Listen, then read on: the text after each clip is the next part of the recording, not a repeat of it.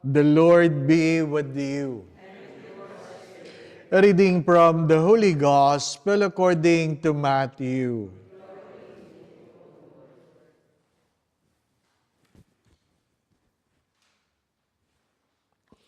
Jesus said to his disciples, "You are the salt of the earth. But if salt loses its taste, with what can it be seasoned? It is no longer good for anything, but to be thrown out and trampled underfoot. You are the light of the world. A city set on a mountain cannot be hidden, nor do they light a lamp and then put it under a bushel basket. It is set on a lampstand, where it gives light to all in the house. Just so your light must shine before others, that they may see your good deeds, and glorify your heavenly Father."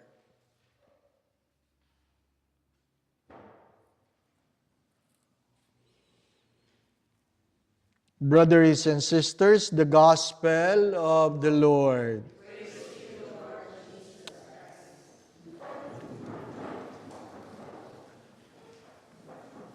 Para kita ko kayo. Yan po ang picture ni Saint Charbel. Ano po? Ito sa wall.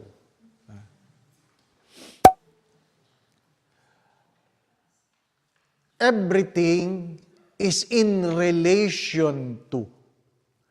Everything is in relation to. We venerate Mary in relation to Jesus. Without her relationship in terms as being a mother of Jesus, then she's nothing. A saint is made a saint in relation to Jesus. The first reading reminds us that wealth is given in relation to what you shared to others. It is not enough that you prosper, live in abundance, successful, without sharing what you receive. It is always in relation to. Saint Paul was called in relation to. He said, brothers and sisters. Now, the gospel speaks of salt and light. The meaning of salt in relation to. Ano po? In relation to. Nung kami po ay lumalaki, ang aming mga magulang bumili ng baka. Ano po? Baka. Para tulungan ng aming tatay sa kanyang hanap buhay. Kulang yung sinasahod. Ano po? Inis na inis ako. Bakit? Natutulog kang ganyan, pag umulan, gigisingin ka. Ano po? Kunin mo yung baka. Baka magkasakit. Ano po? Yung baka ang baka magkasakit. Ano po? Bakit ako? Hindi ako magkakasakit? Ano po? Eh, sabi niya, nakakainom ka ng biogesic, yung baka hindi. Ano po? Ano? Nanay. But every week, we get a salt and we rub the tongue of the cow. Palagi namin kinukuskus ng asin yung dila ng baka. Bakit? Para may ganang kumain. Opo. May ganang kumain. Yung kayo, hindi niya kayo kailangan kuskusan naman. Palagi kayong ganadong kumain. Kasi pag ganadong kumain, mas mabilis tumaba. Ano po? Mas mabilis tumaba. So, saan ginagamit yung asin? As the saying goes, rivers don't drink their own water. Rivers don't drink their own waters. The waters is always being shared. Ngayon, yung asin in relation to. Kung baka, mas maraming asin. Pero pag ulam, hindi pwedeng maalat. Tataas ang blood pressure mo, di po ba? No? Pero kung pamburo, kailangan marami para hindi mabulok. Do you know that ice, they put salt in it because it keeps the ice solid. Kung medyo maalat-alat, mas matagal matunaw ang yelo. At yung yelong yan yung ginagamit na pang-preserve ng mga isda. Hindi po ba? Ano? So, depende. In relation to. Ganon din yung ilaw. The light in relation to. Not for himself, but for others to see. Light must not be so much, kasi pag masyadong malinaw, maliwanag, nakakasulo. Hindi mo na rin makita. Pag malabo naman, wala ka rin mabasa. It should be enough in relation to. Now, what is the invitation? We are created in relation to. You are a mother in relation to your children. You are a husband, a wife in relation to your spouse. How many mothers are more mothers to their children than a wife to their husband?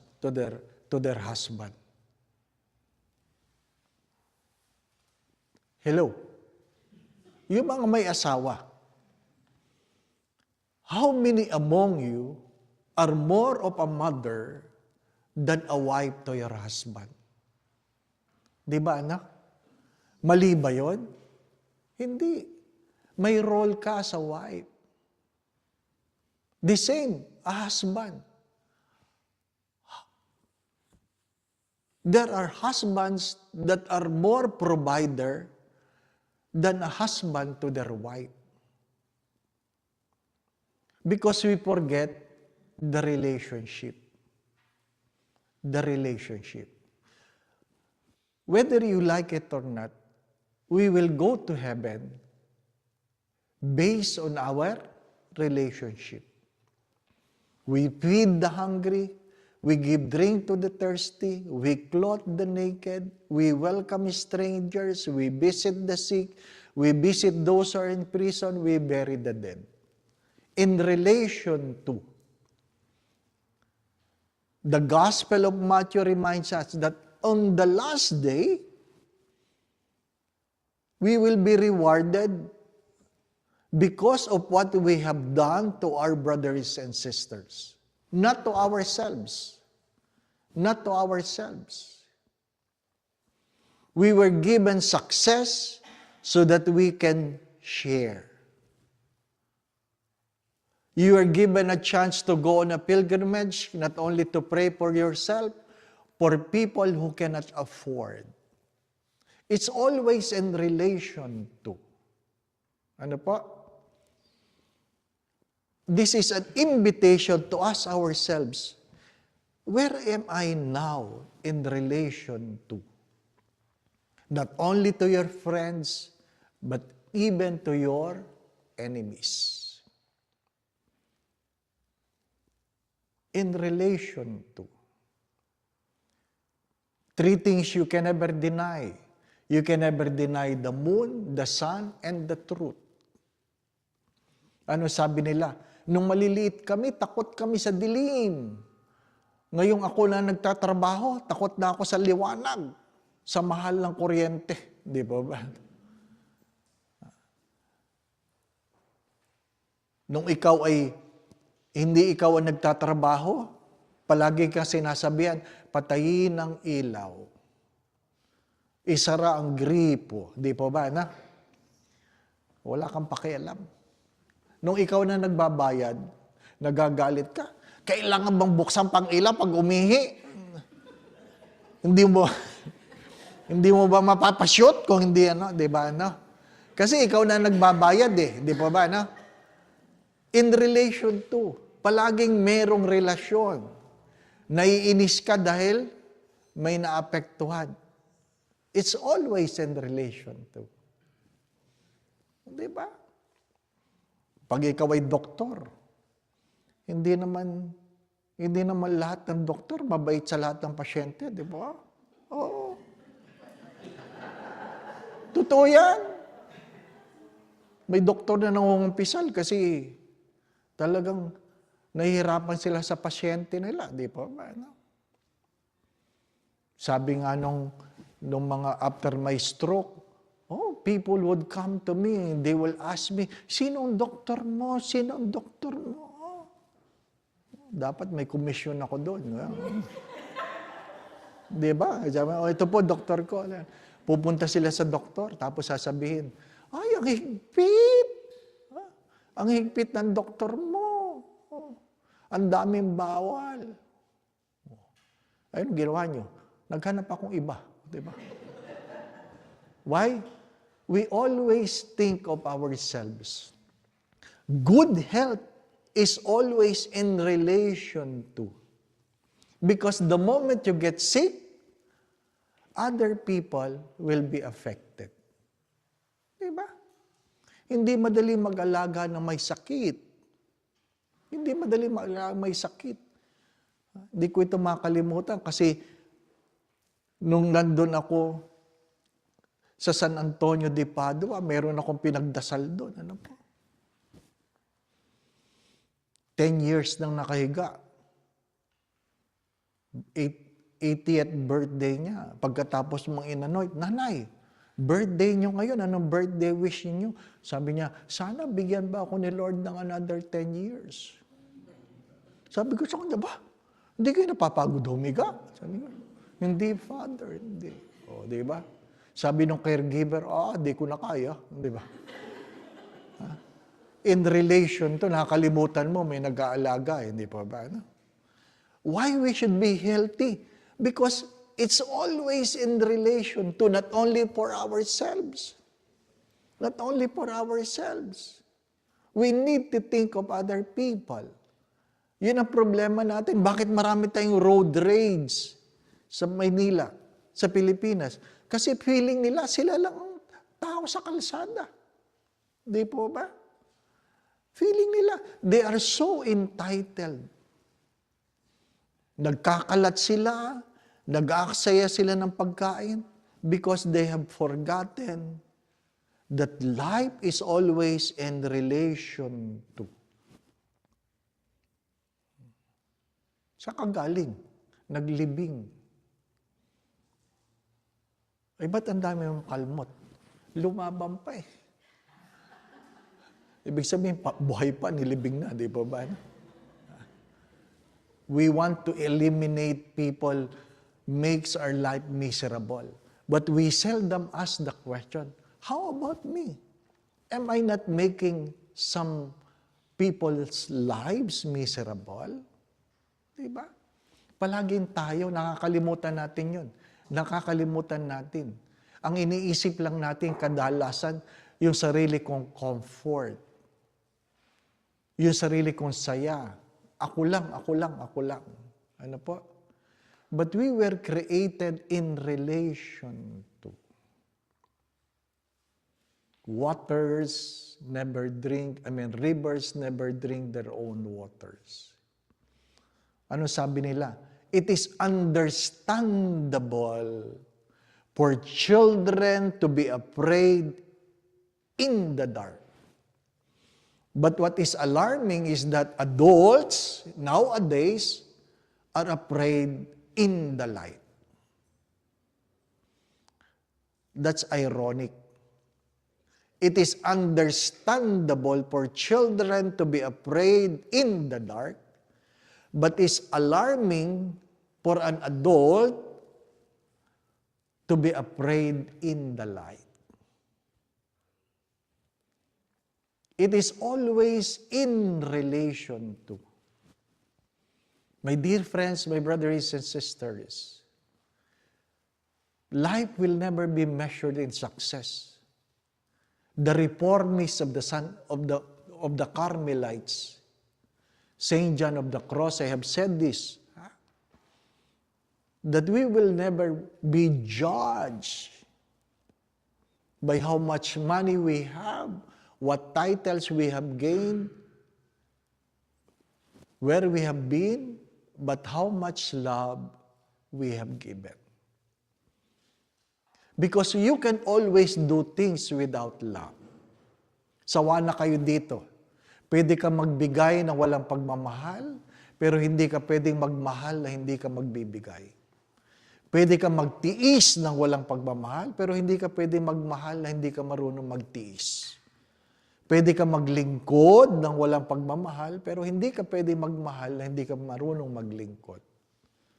Pwede kang mag-alaga ng walang pagmamahal, pero kahit kailan hindi ka pwedeng magmahal na hindi ka marunong mag-alaga.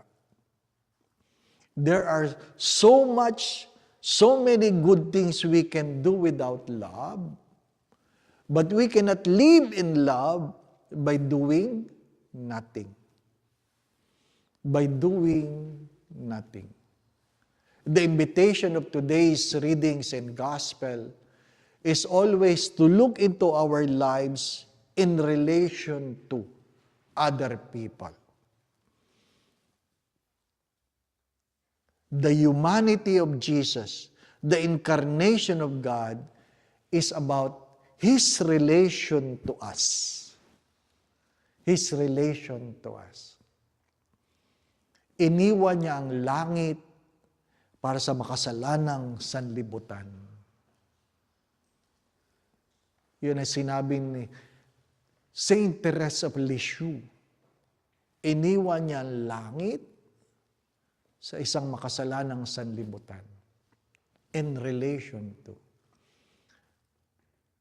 Carmel comes from two words, kerem el, the vineyard of God. Ang gustong-gusto ko sinasabi ni Murad, we are different flowers in the same garden. We are different flowers in the same garden.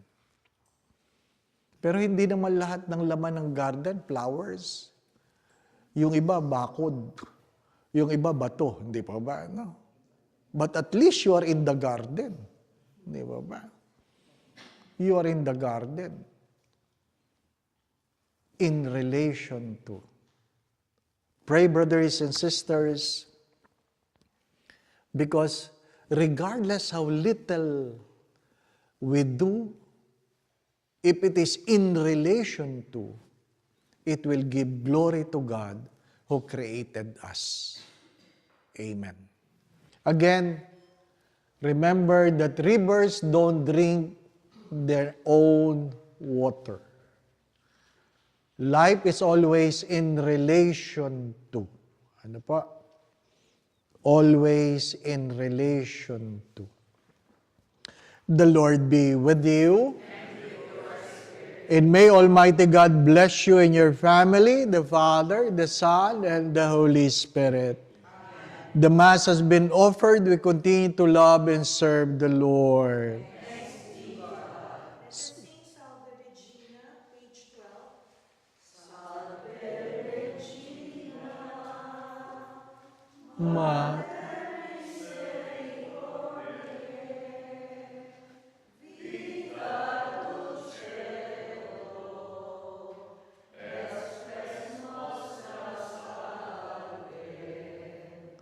Ante clamamos,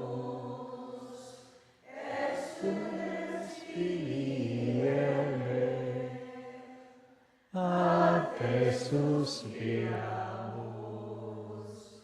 gementes et plentes, in ac lacrimarum mare.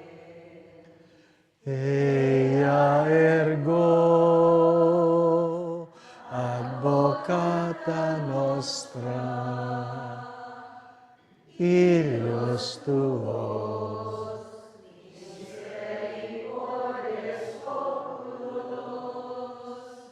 ad nos converte. Et Iesu, benedictum fructum ventris tui, nobis Hoc exilio, ostende, o clemens, o pia, o dulcis Virgo. Pray for us, O Holy Mary, Mother of God,